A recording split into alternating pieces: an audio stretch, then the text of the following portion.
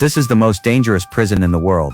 Inside are locked up only the most ruthless monsters and demons. But today a new inmate arrived, that even the guards fear. He is the half-beast from the boxing arena.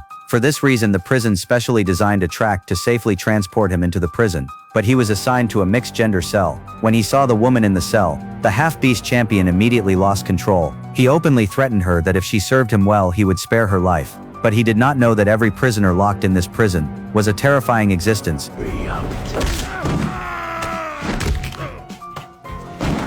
Aside from walking out of the prison, the only hope for the prisoners was the annual pardon. If they could convince the council members, they would have a chance to be pardoned and regain their freedom. Frank seized this opportunity and began telling the judge about his past. 20 years ago he joined a spy organization. At that time an evil race appeared in the palace. To expand their power, they would gather all the residents before winter and hold a ritual as the high priest chanted the ritual spell. The people below noticed something strange in the sky, but these people had no idea this was a conspiracy. The priest raised his horn and soared into the air. Countless blood mists in the sky converged into the horn. Then through the horn turned into large amounts of blood, spraying toward the crowd. Once inhaled into the body, these blood mists would devour human souls. Those closest soon realized something was wrong, but it was too late, and those who tried to flee were all stopped by the red-robed wizards. For this reason Frank was sent to gather intelligence among the people. After years of undercover work by the spy organization, they finally succeeded in capturing the leader of the Red Robes. But when Frank finally returned to his hometown, he found that the remaining red-robed wizards had arrived first to seek revenge. By the time he got home, his wife had already been cursed by the wizard. Luckily his youngest daughter was hidden in a cabinet by his wife and escaped. To prevent his wife from turning into a zombie, Frank cremated her body that very night.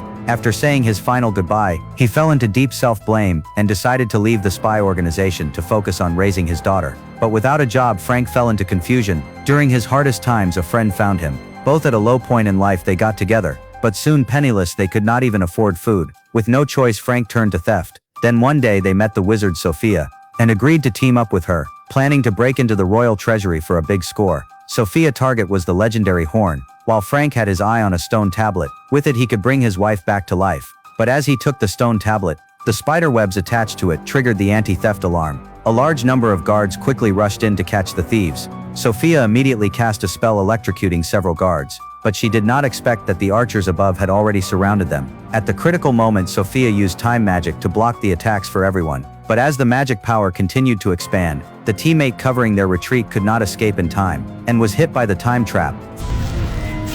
She's caught in the time stop! Counter it, Simon! I can't! Sophia's too powerful!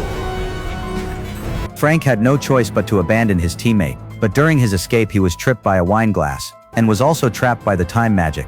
In his final moments, he entrusted the stone tablet to his teammate, instructing him to take care of the stone tablet and his daughter. When the two were released from prison and returned home, they found the daughter was gone. This reminded Frank of the words he had entrusted to his teammate. You have my word.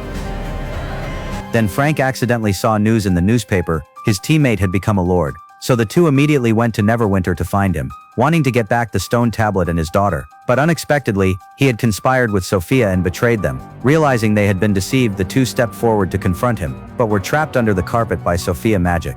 Though he was the Lord of Neverwinter, he was actually a puppet of Sophia, so Sophia immediately ordered them to be secretly executed. Just as the guard captain was about to carry out the execution, the woman intentionally asked a question to buy time, while secretly digging up stone bricks from the ground to prepare for a counterattack.